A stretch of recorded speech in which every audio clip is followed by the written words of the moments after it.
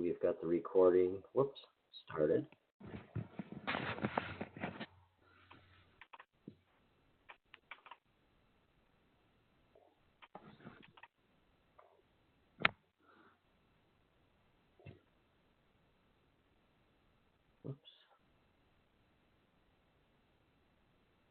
All right, well, welcome to the PEP Workshop number 2. We're glad that you can make it. This is your opportunity to share with us, and we're going to wait for Carol to officially start the meeting. Not sure if Carol is back on.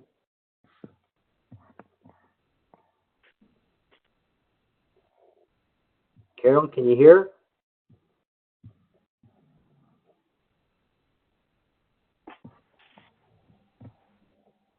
Stand by.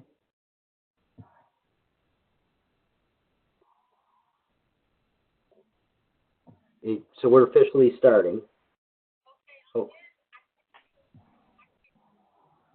All right. Well, and I don't know if I can hear you either. Check your mic. Okay. All right. Yep. All right. Stand by, everyone.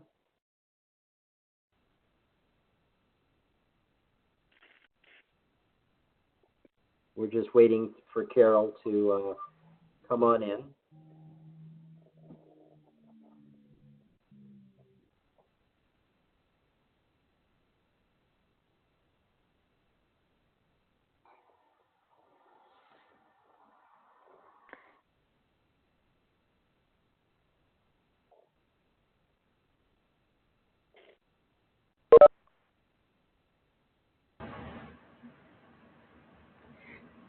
Okay. Can you?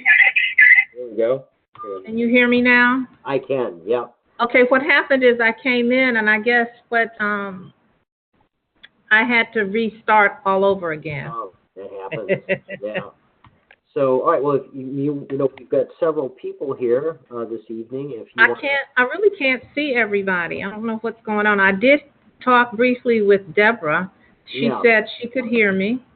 Yeah. And there's somebody else there. What about under the participant? Are you able to view the... I see just 3 people. Okay. Okay, but I'm going to go ahead and get started. All right.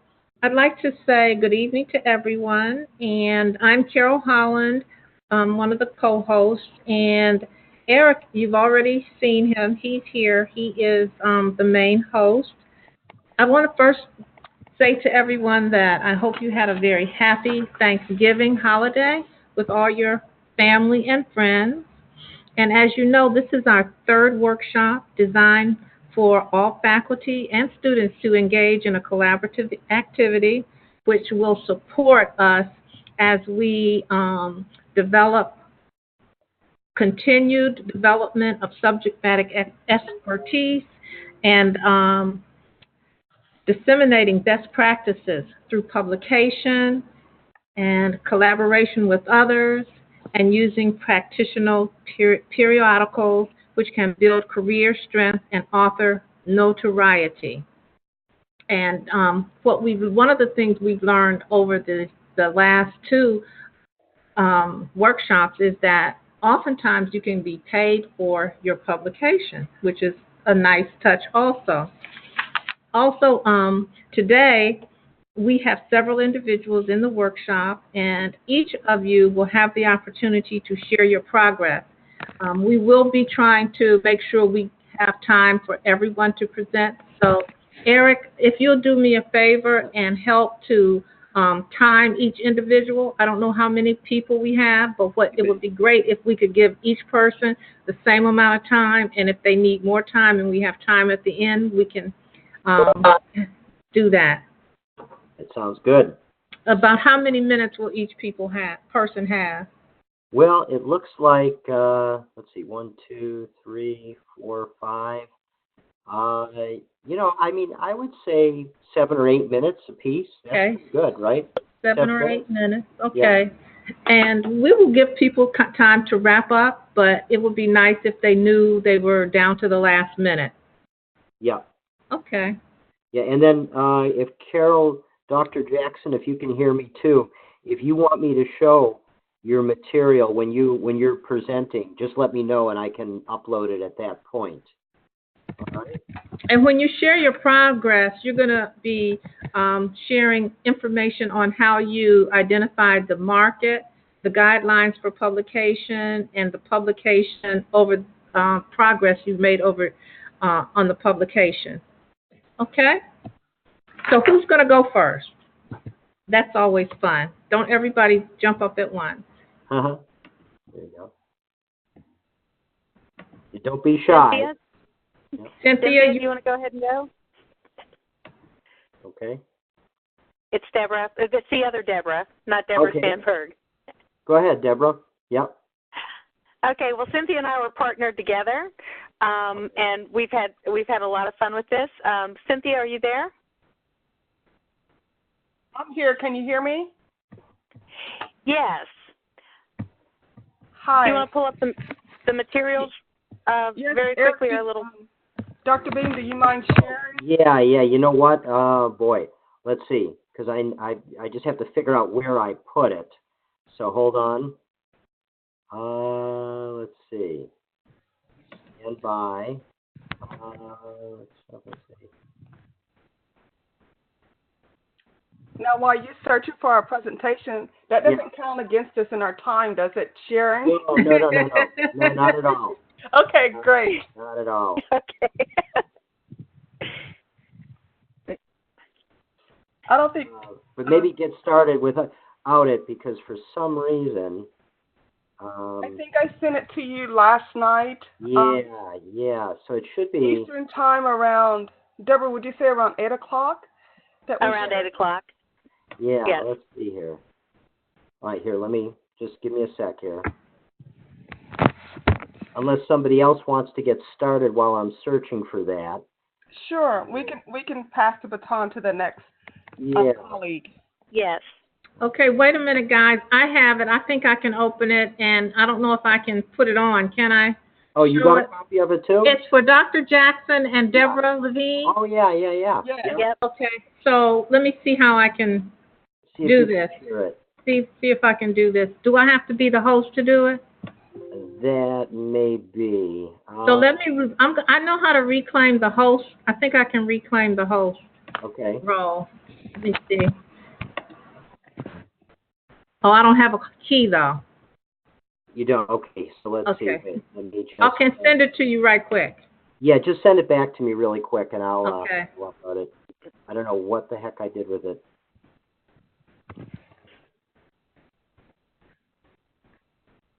Okay, wait, I just found it. Great. So hold on here.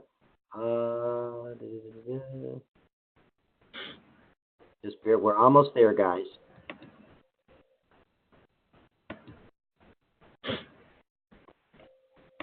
All right.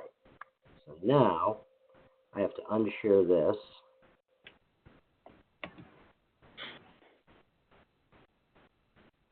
Let's see.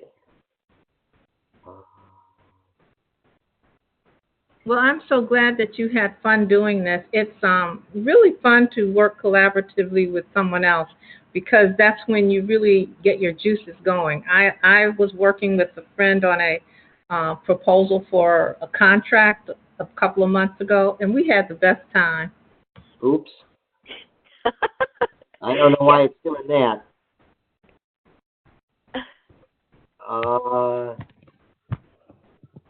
Technology, huh, guys? Yes. Yes.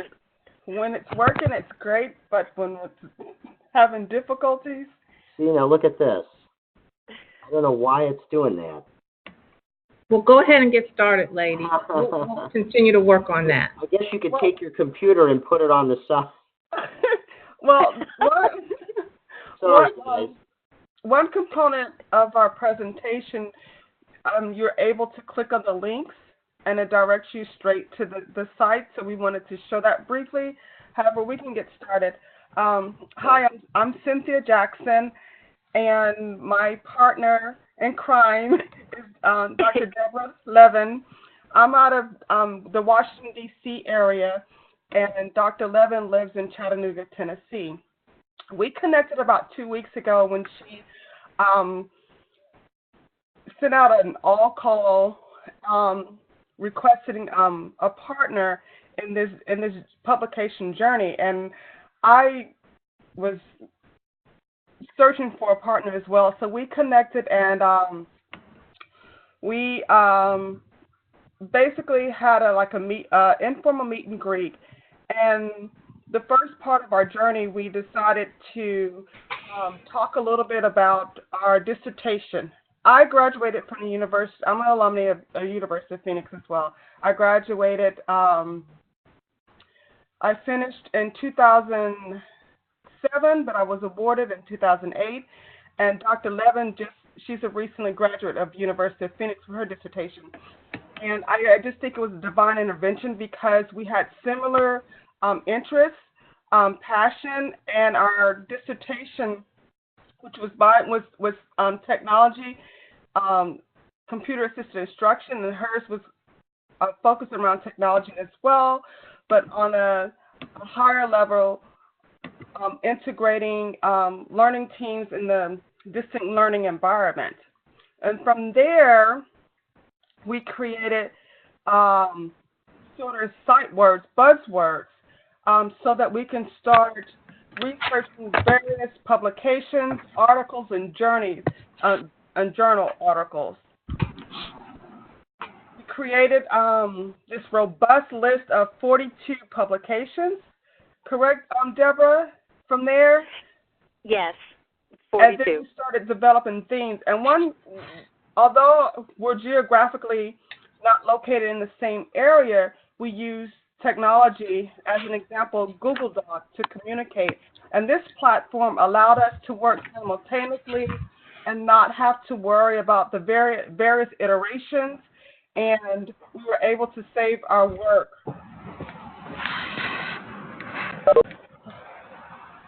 Oh. Yeah, I'm going to fix it. Okay. Yeah. See it? Perfect. Hey, there it is. Yes. Yay! Yay! Okay. So once we created, we highlighted terminologies that were aligned with our dissertation studies. We were able to identify a theme based on the latest research, the trends, and also the all call, because a lot of the publications had a call for papers.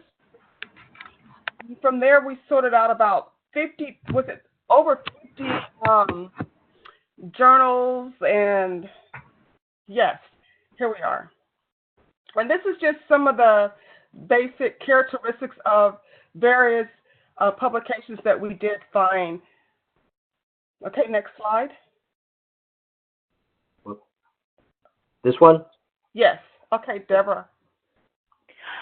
All right, so we saw that not all journals are created equally, and some of the measurements provided on some of the journals were not provided on other journals, so that was a lot of fun. One of the challenges we faced was trying to find the actual acceptance rate. We thought it was Christmas when we found the submission to first decision speed or anything that gave us any idea of a time frame. Also, we found several journals had submission deadlines for the next publication submission, and then how long it would take to turn that feedback to see if we were accepted or not. And that was that actually the author statistics to us became more important when we found them than the journal statistics about citations or the eigenfactor or the SNP score. Right now it's like, hey, who's showing acceptance rate data, and what is one of the we ended up highlighting a journal that I think the deadline is February 1st for a submission, so we wanted a sooner than later submission deadline because that forces a sense of urgency, and you know, we'll try to pull everything together there. Just to show you some examples of the work that we did, if you go to the next slide. Yeah, I'll try to load that up. Okay. So this is the actual Google Doc that we used, and Cynthia mentioned that a little while ago. You know, we were able to put our stuff in one place, and we were able to update it in real time, and that was great because we weren't exchanging a file back and forth. So we put the publication name, a link to the website. If it was affiliated with an association, we thought that was very important to know because we understood kind of the position that they were taking. We also looked at the specific content types that they said they covered and provided a link to publication guidelines. If they said there was a call for papers or upcoming themes, we put a link to the upcoming themes, and any notes of interest we also captured. Mm-hmm. Now, this is just a snapshot. We have over 50 of these entries with all the information. We divided up the workload. And the color coding, we had color code the journal entries. You want to talk about the color coding? Yes, yellow were things of interest. We also found that there are several publication companies that feature lots of journals. So if you see a green highlighted entry, that was, for example, Sage Publications. If you saw something for Sage Publications or Taylor and Francis, we realized that they have a standard set of author guidelines. So if you become accustomed to writing to those guidelines, you may have some opportunities in some different journals in that area. So that's where we put more interest. Also, anything highlighted in yellow we had a good feeling about. And what you're showing now is our short list because we weren't going to go through 50 some odd journals and submit to everybody.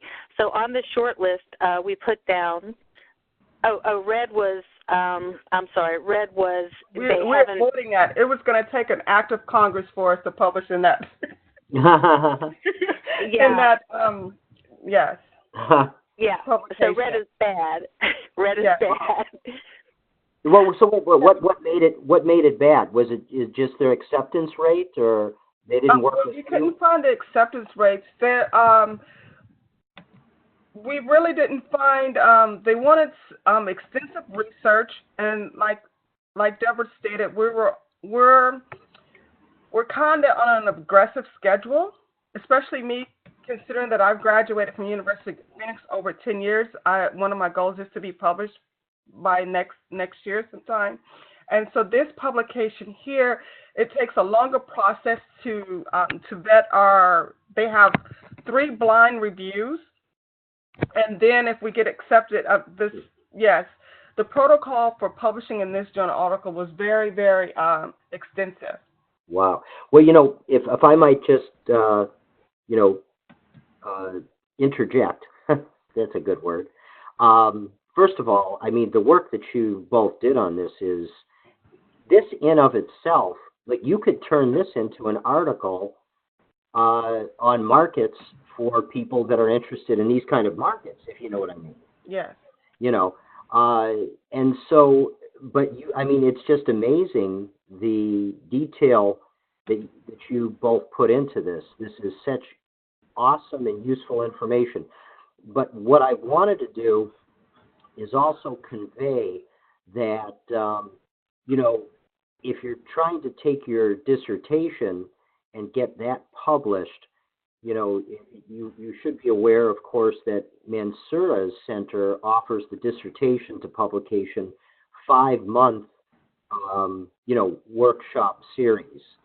And again, so that's, and there's a fine line, okay? Mm-hmm. And of course, this workshop, is really supposed to be for, I would say, some of these journals possibly, but maybe a bump off of these in terms of more mass media publications, right? Trade publications, and things like that. So, and also probably for word counts that would probably be in the neighborhood of anywhere from 1,500 words to 3,000 as well, okay? Now, that's not to say that this isn't, good information. This is phenomenal information. And if this helps lead to publication for either one of you, then obviously, it served its purpose very, very well. So, but I just want to let you guys know that if you really, really want to take your dissertation itself and scrunch that down, and of course, we did talk earlier that you could part out your dissertation into several articles, for journals, In other words, the typical peer-reviewed journals like I see in some of these listings here, but as well as you could take your dissertation and get it published in a mass media type of publication, as well too. So again, you've got many different directions to go, and the sky is the limit. And let me also say, Cynthia, that, and Cynthia and I, by the way, we were peers together in the University of Phoenix program from 2003 to 2008. And so for my dissertation, I was very grateful and very fortunate to get it published 7 years later in 2015.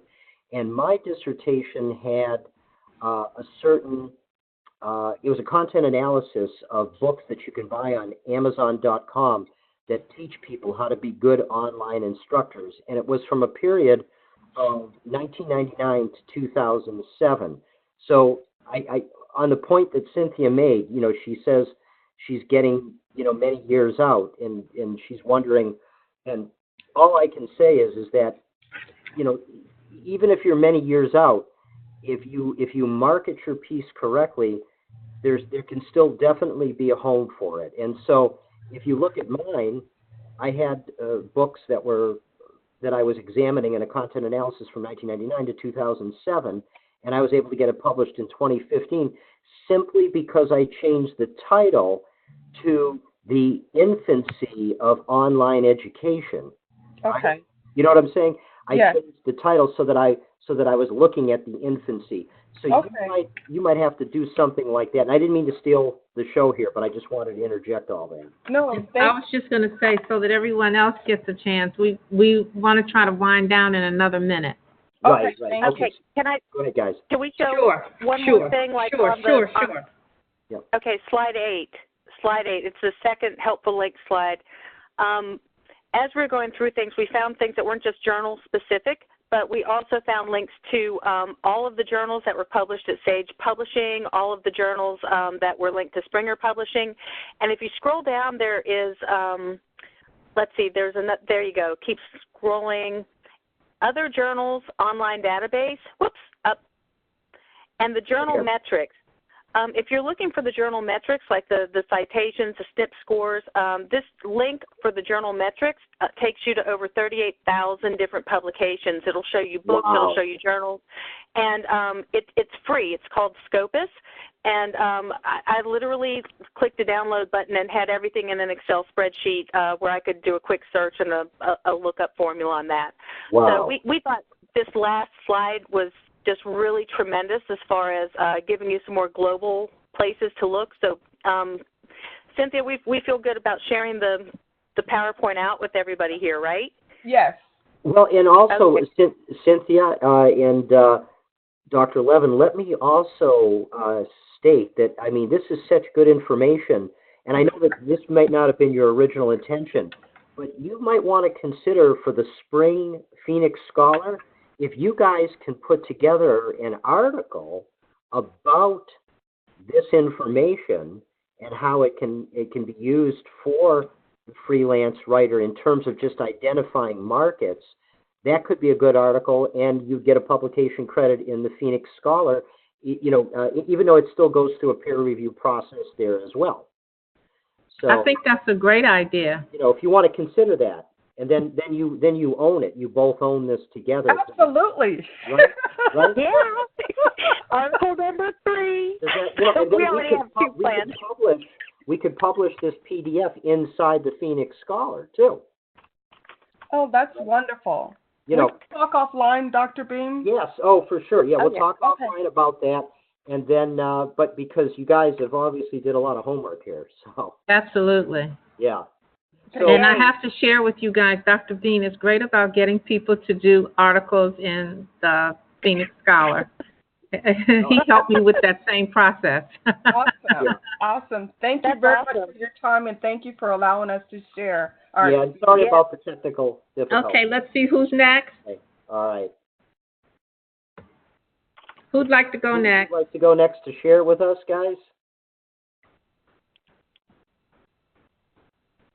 Okay, I'm going to call on someone. Michael? I got it. And there were two Deborahs. Deborah Sandberg, are you there?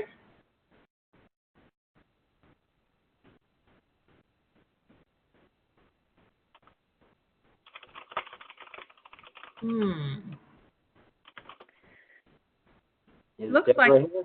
Deborah has, maybe they're just offline for a moment because they were here. Maybe you should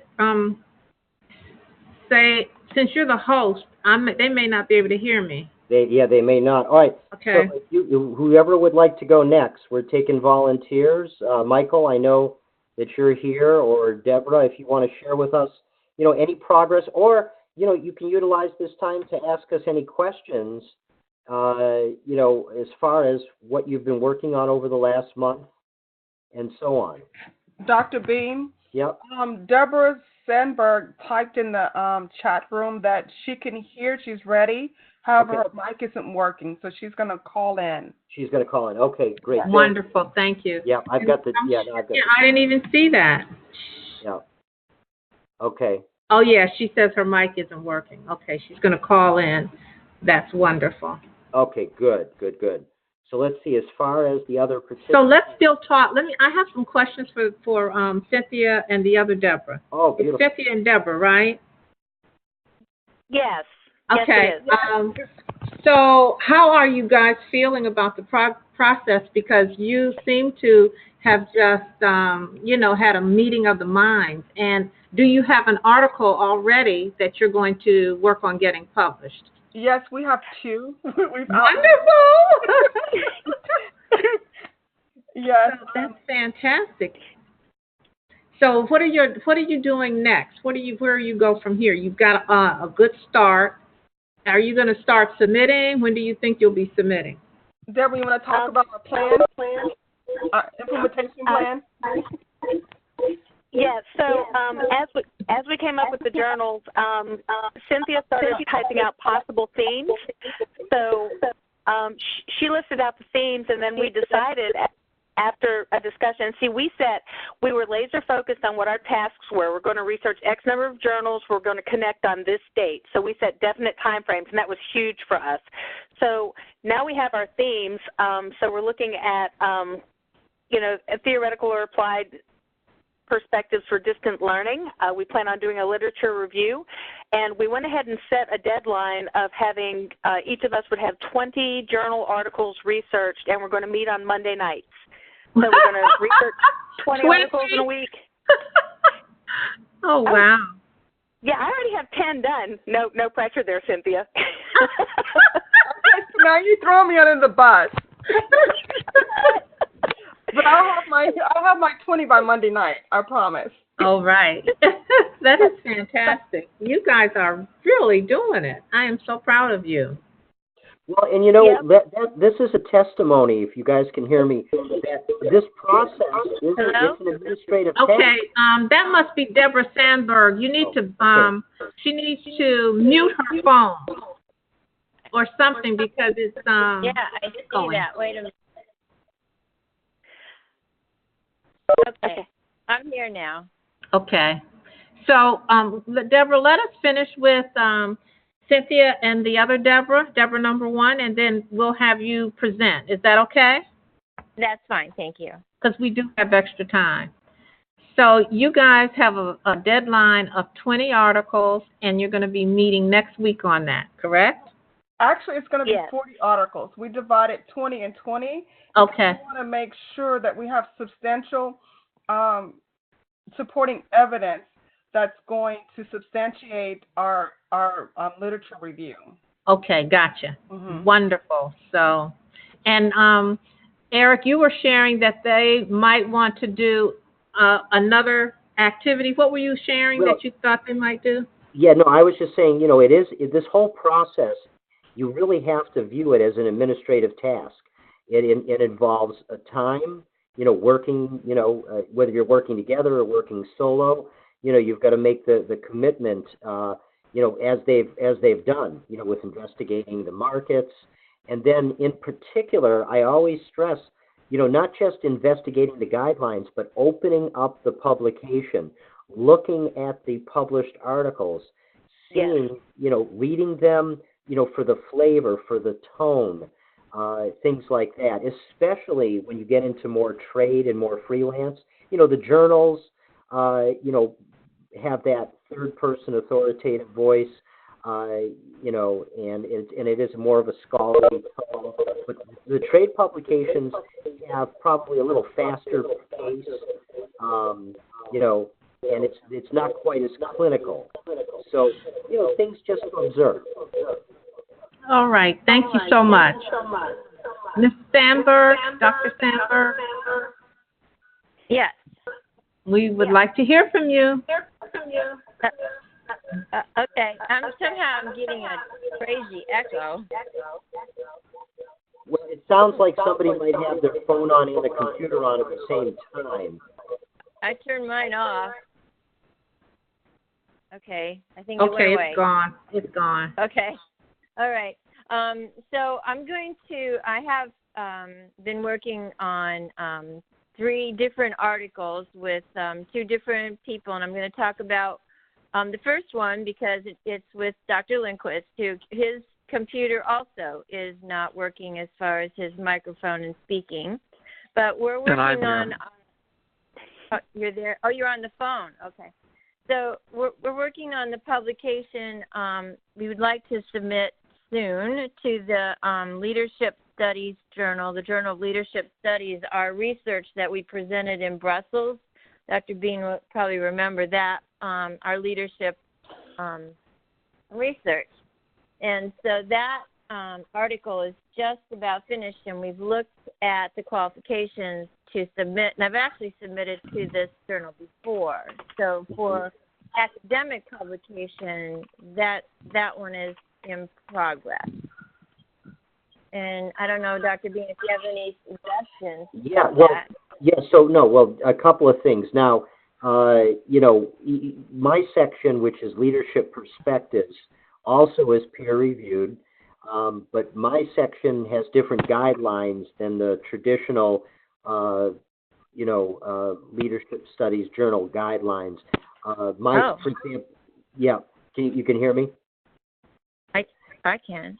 Yeah, so my section, the guidelines are, for much shorter articles, anywhere from 1,200 words to 2,200 words.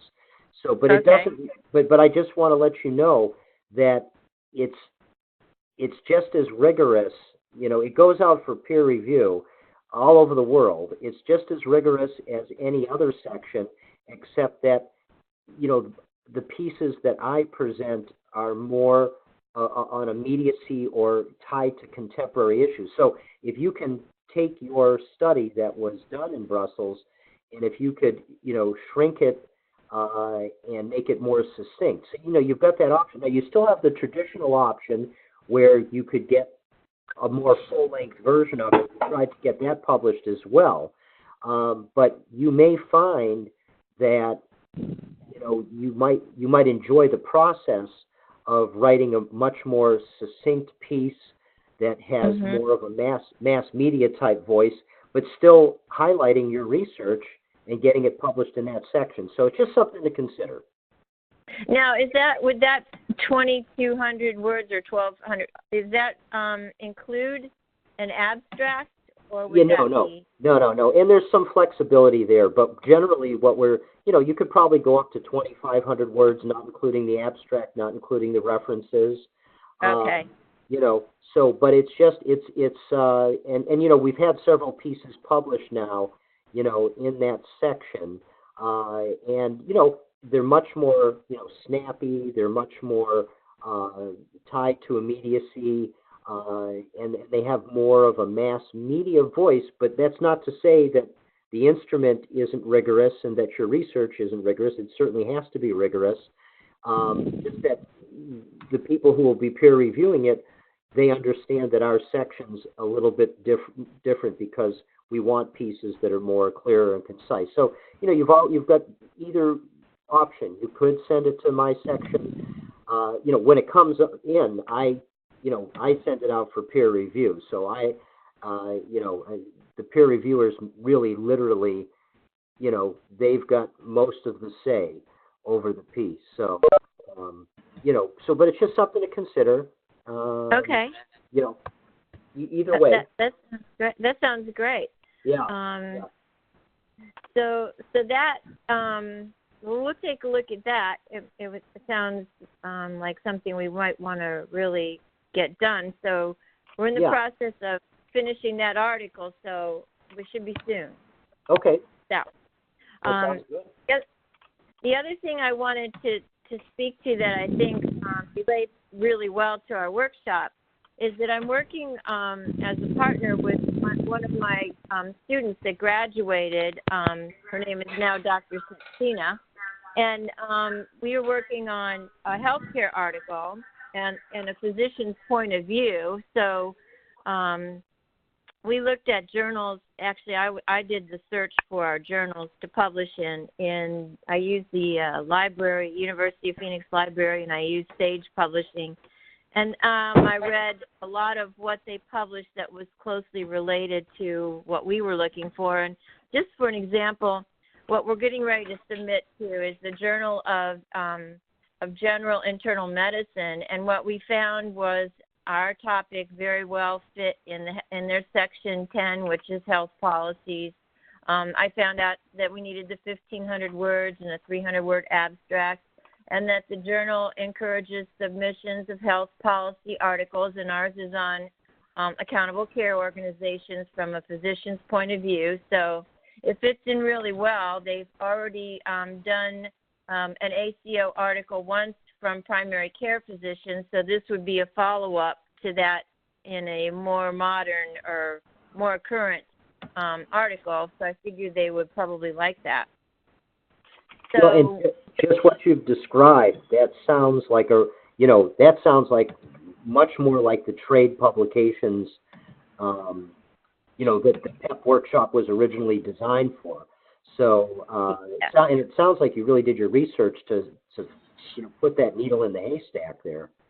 So I hope so. We this will be our second submission. Our first one was to the Journal of New England Medicine, and they had just recently published something that I hadn't seen close to our article, so they didn't accept it. But this is our second choice, and we have another.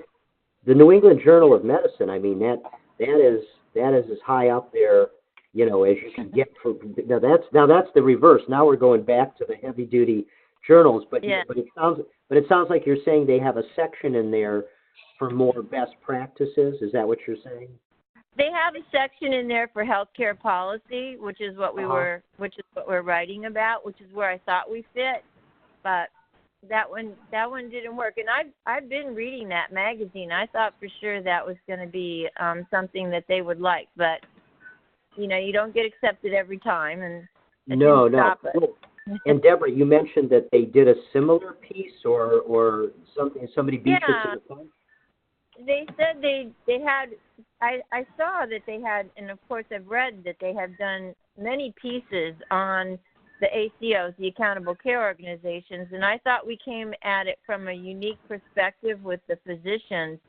But they said they had recently something similar, and I didn't see what it was, and so we just moved forward and moved on. Wow. Well, it sounds like you really got your engine revved up, and you're comfortable with the process because it is an administrative task. You guys have spent a considerable amount of time researching the guidelines, looking over the publications, and that's what this all involves, really. Yes.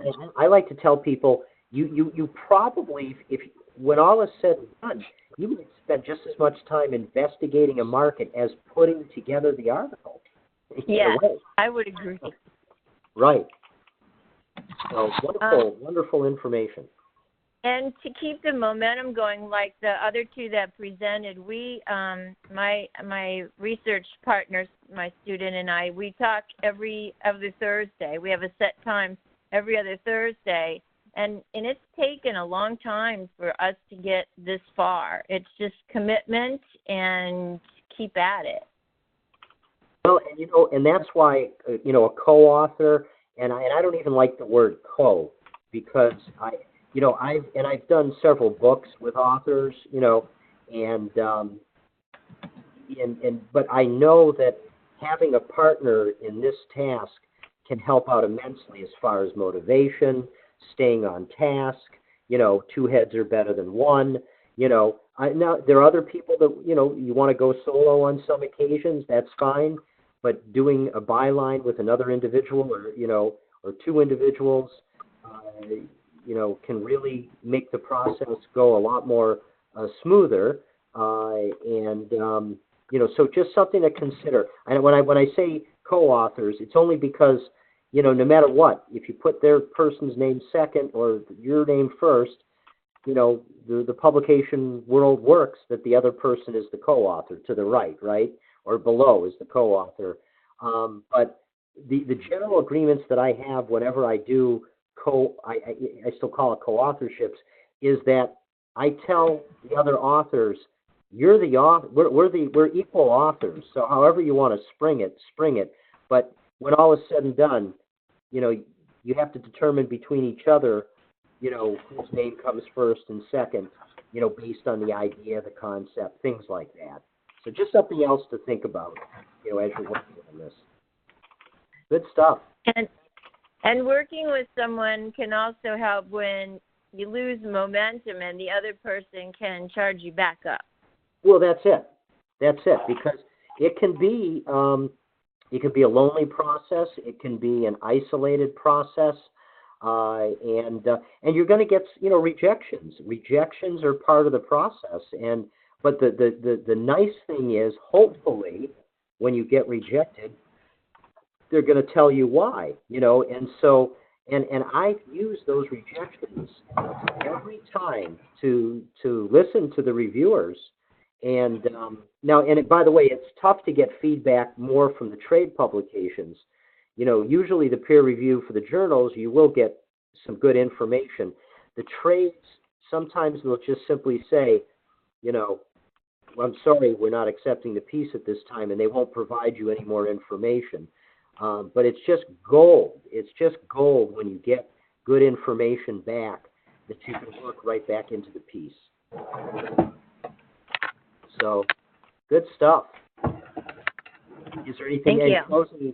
I know I saw that there's Kent Van Cleve on the call here. I don't know if Kent wants to share. I don't know if Michael still wants to share as well. Hey, I'm here. Hi, Can you hear me? we can. Yep. Okay. There's a couple of things that I want to publish. The one that's probably the most important is an instructional model that I've been developing.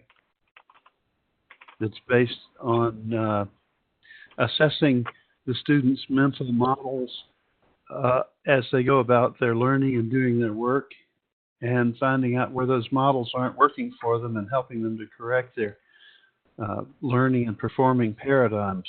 I looked at a journal out of New Delhi called Educational Quest. I don't know much about this journal. It's in the Phoenix Library. Okay. I have looked at some of their stuff, and it seems like it's in line with the kind of stuff that I'm looking at. Yeah, and we always say that if it's in the library, it's we like to say it's reputable, because it's made it past certain filters, and so that's good. So you've got a hold of their guidelines, correct? Is it a quarterly? I don't recall. I sent a link. Hold on a minute. Mm-hmm. I sent a link to Jennifer. I think I sent a link, but I let her know about it because she's also going to be publishing in that kind of an area. Jennifer here? I don't see her. I don't see her anymore. She might not have been able to make it. So I was going to take a look at their guidelines, and I've also been doing some theorizing in the area of humanistic/transpersonal psychology. I've Mhm. developed a model that I call Intrapsychic Taxonomy. And I have a website, intrapsychictaxonomy.org. I would like to get a monograph out on the concepts there. Yeah, well, and I work with people, psychologists, PhDs that often publish in journals like the one that you're talking about. So down the line it may be something too where they might have some suggestions as well. But it sounds, there's no question that there's market for those models. It's just a matter of, again, looking over that over the last 18 months, you've got to get a hold of all the journals so that you're not going to be sending them something, if there's a similarity to another model, that your model is uniquely positioned to be different. See, the other thing is don't presume that, and I'm sure your model is unique, but what can happen is sometimes, it could get clouded if they've, published other models that might in any way, shape, or form be similar. But so the good news is by studying the publication, you could then think about, I often tell people you've got to put that marketing cap on too. It's not just a scholarly cap. You've got to have a marketing cap on so that you can play with your title, play with the piece, so that you can be sure that you're going to give them something that's so unique that their mouth is going to water and they're going to want to have it, if you know what I mean, right? And that's part of the process, even though it's going to be peer reviewed. But certainly it sounds like much more of an academic audience is what you're looking for rather than necessarily the trade. But if you want to market it to the trade, do you want the model to be used by academicians, or do you want the model to be used by anybody? There's something to be considered there, if that makes sense. Something to be considered. I don't know if he's still there. Did you hear that? And who is this? Michael? Yes. Is this Michael or Kent? This is Kent. Okay. Kent. Okay. The model for the intrapsychic taxonomy has quite a bit of applicability. Yeah. I've developed, for example, a means of looking at body, mind, and spirit and assessing where does a person need interventions in order to become a high-performing person. It's Wow. a motivational model in that respect. And, Kent, I'm sorry. I think it's pretty elegant. Yeah, I'm sorry I didn't know about your model sooner, because the theme for the December Phoenix Scholar is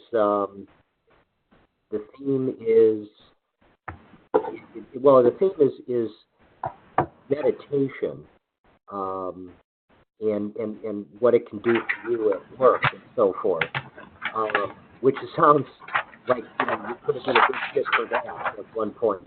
But keep chipping away. It sounds like you're doing what you need to do, and then of course you've got to fit it within the word count and the voice and the style too. So yeah. I just wanted to add to Kent that I did see an article recently, and I'll see where I saw it, which was similar to your topic. And I'm a yoga instructor, so I've done a lot of research into mind, body, and spirit.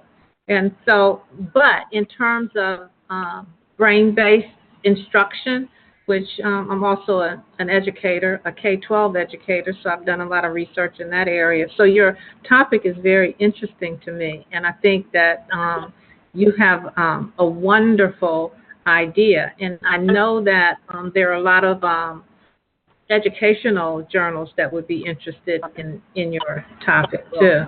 And then the other thing is, Kent, that, again, if you could put this in terms that the average person could understand, you might be able to have a market like a yoga journal or a mindfulness journal, right? Correct. And mindfulness is what we're profiling for the Phoenix Scholar in December. Some mindfulness in there. Mm-hmm. So if that makes sense. I think there's. But Yes, I love the idea. Let me just say this too, that I love the idea of using research to support developing higher order learning, thinking, problem solving, that whole thing. I just think it's fantastic. And performance. So Yes, thank you. yeah. I think there's a journal of transpersonal psychology out there somewhere. I need to research for that piece. Yeah, no, there definitely is. So again, you've got the journal options, and you also have more of the trades, so that if you want the consumer at all, who might be able to benefit from that model, or you might want to let it go first with the journals and then go to the consumer market, right? Yes. So, good. All right. Is there anybody else that would like to share? I know that Michael is still on, but his phone is off. Okay. Maybe it'll take a second for him to turn it back on. It's muted, I think. Okay. Or if Michael, you could chat with us too if you're still engaged with the workshop. But he has to unmute his, please unmute your phone so we can hear you, or turn your microphone back on. Oh, yeah, it is. Now, can I do that for him? I don't know. I just did it. No, okay, great. Hello, can you hear me? Now we can hear you. Well, I have such switched power. I didn't know I could do that for you. Okay. I switched over to my phone. Okay. I'm working on a couple of articles on leadership, but I've been sidetracked slightly because of the 2019 ILA conference. Mm-hmm. You're already working on Ottawa? Yeah. The theme is courage, and the theme of my dissertation several years ago was, in fact, on courage. Wow. And it had to do with values, the values of Medal of Honor recipients, which I'm translating into and applying to CEOs. In other words, physical courage, the values of physical courage can be translated to the moral or mental courage. It's necessary in business and personal interactions. Wow. Well, go ahead.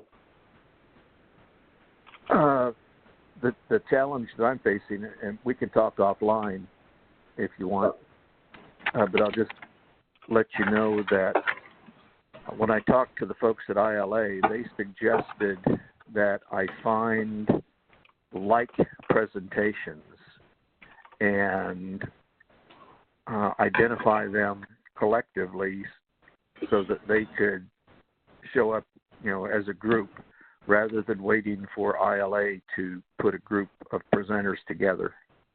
Well, no, you're talking about getting a symposium accepted, right? Because then you would want to have everybody. Like I just chaired the Yoga and Self-Leadership Symposium, at West Palm Beach. Mm-hmm.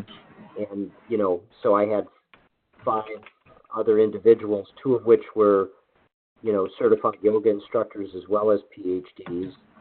Right. But, and then, you're talking about, for presentation there. And by the way, I will be setting up a couple of workshops to get people going on Ottawa. You just beat me to the punch. Okay. So, well, you guys are interested. Yeah, what Shelley had said was that she suggested that I find, in her words, find a home in a combined presentation session. And to me, that means that we, Well, then I've got the tip of the hour. You ready for the tip? Yeah.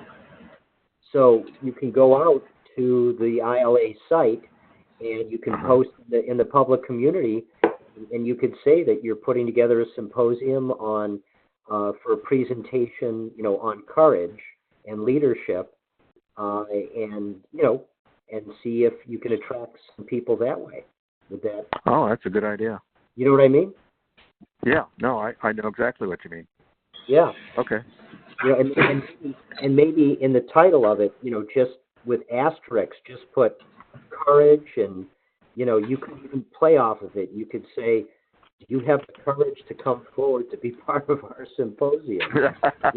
I'm just, again, just so that you could get people, because you also want to get the right people too, and you could somehow you have to softly say in there that, all are welcome to apply, but all may not be accepted. You know what I mean? Right. No, I got it. Something like Yeah. that. No, I got it. Yeah. So I stuck a call out there for the leadership development people, just to people interested myself. Yeah, that's the stream that I'm going to follow, is leadership development, creative and practical applications of theoretical concepts. Yeah, but just also don't outrule the fact that you could turn this into a trade article too. You know what I mean? Like Oh, you yeah. could, apply courage to your everyday work situations. Right. Like an employee or a boss. So something to consider. Yeah, I got it. Yes. All right. Well, wow. Well, we've only got about. We originally allowed till 8:15 in case we had a big crowd. But does anybody have any general questions as we continue? Anything at all? No, If I'm not, good. Okay. I have on this slide here. Let's see. I have a question. Oh, go ahead. Yeah, this is like publish or perish for me if I want to continue facilitating at Phoenix. Just what sort of criteria are being applied to publish? For our PEP workshop, our trade publications, is that what you're referring to? Right. What kind of publication is the university looking for? Well, so what we're doing here, this particular workshop is we're helping people get published in trade publications, more journalistic publications. That was the original intent for this PEP workshop. Not so much for the research journals, but more for the trades. And so these are shorter articles that are typically somewhere in the neighborhood of 1,500 to 3,000 words. So if we go back, and I don't know if you missed the first workshop, but we give advice on how to write a query letter. We're looking at Writer's Market, the International Directory of Little Magazines and Small Presses, for magazines. And so if you look at this list right here, marketing news, school library journal, diverse issues in higher education, business and leadership, entrepreneur, these are different than the traditional research journals because they don't send these pieces out for typical peer review.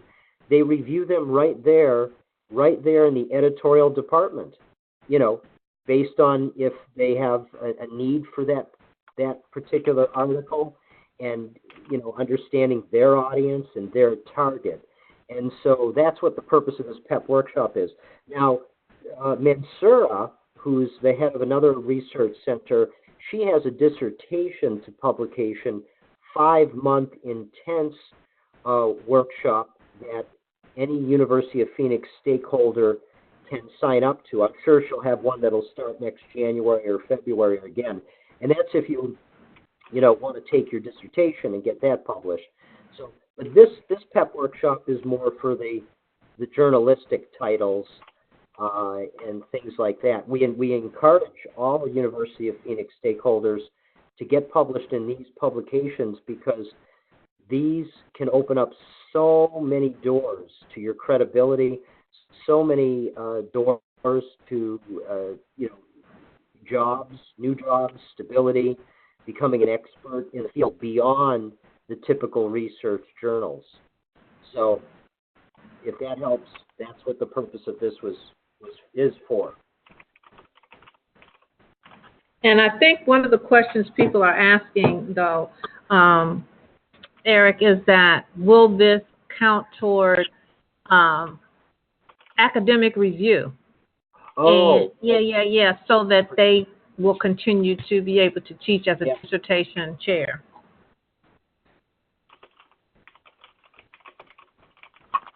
Yeah. Well, so just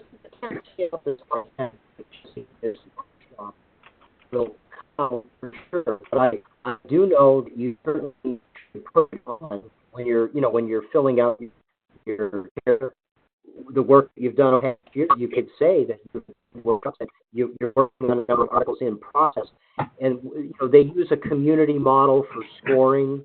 They rather than a typical scholarly model. There's a scholarly model for scoring your activities, and then there's a community model, if that makes sense. And so they apply either or. So if you're doing this,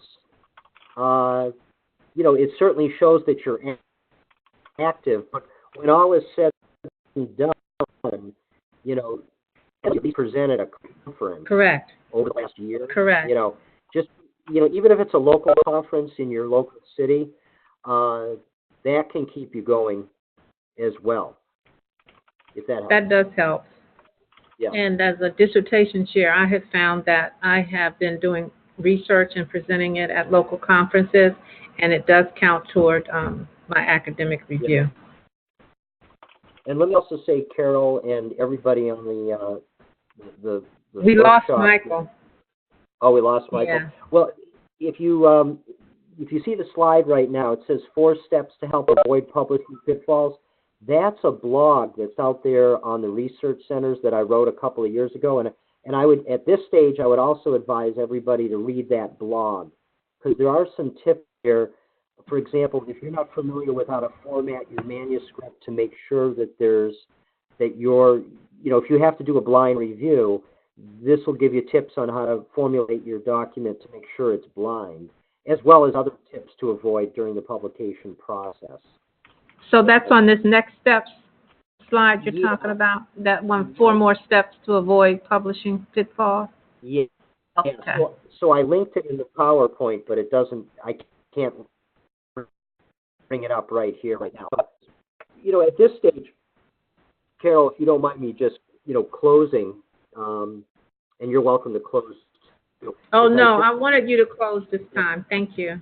Oh, beautiful. Well, no, so I just want to let everybody know, please stay in touch with Carol and myself, and if you've got any questions or want to bounce anything off of us as far as, a question about a market, a question about submitting your materials, things like that.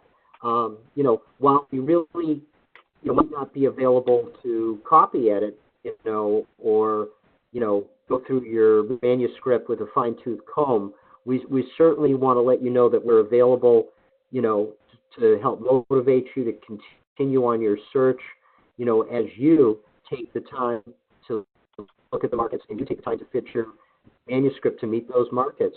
And you're more than welcome to attend another session if you want in the future. In other words, we'll be offering brand new PEP workshops probably in January and February, and throughout the spring. So, hopefully, I guess that's the dog alarm. Well, see, I have a good dog. She's not barking. There you go. So, but thank you everybody for attending, and we very much appreciate your help. Stay in touch over the holidays if you wish. Eric, one thing, we need to send out the dates of the upcoming ones so they can put them on their calendar. So that would be great. Yeah. Okay. I'll send those for, those that'll happen in 2019. Carol and I will have to get together and look at our calendars too. Okay. So, all right, everybody? Okay, thank you.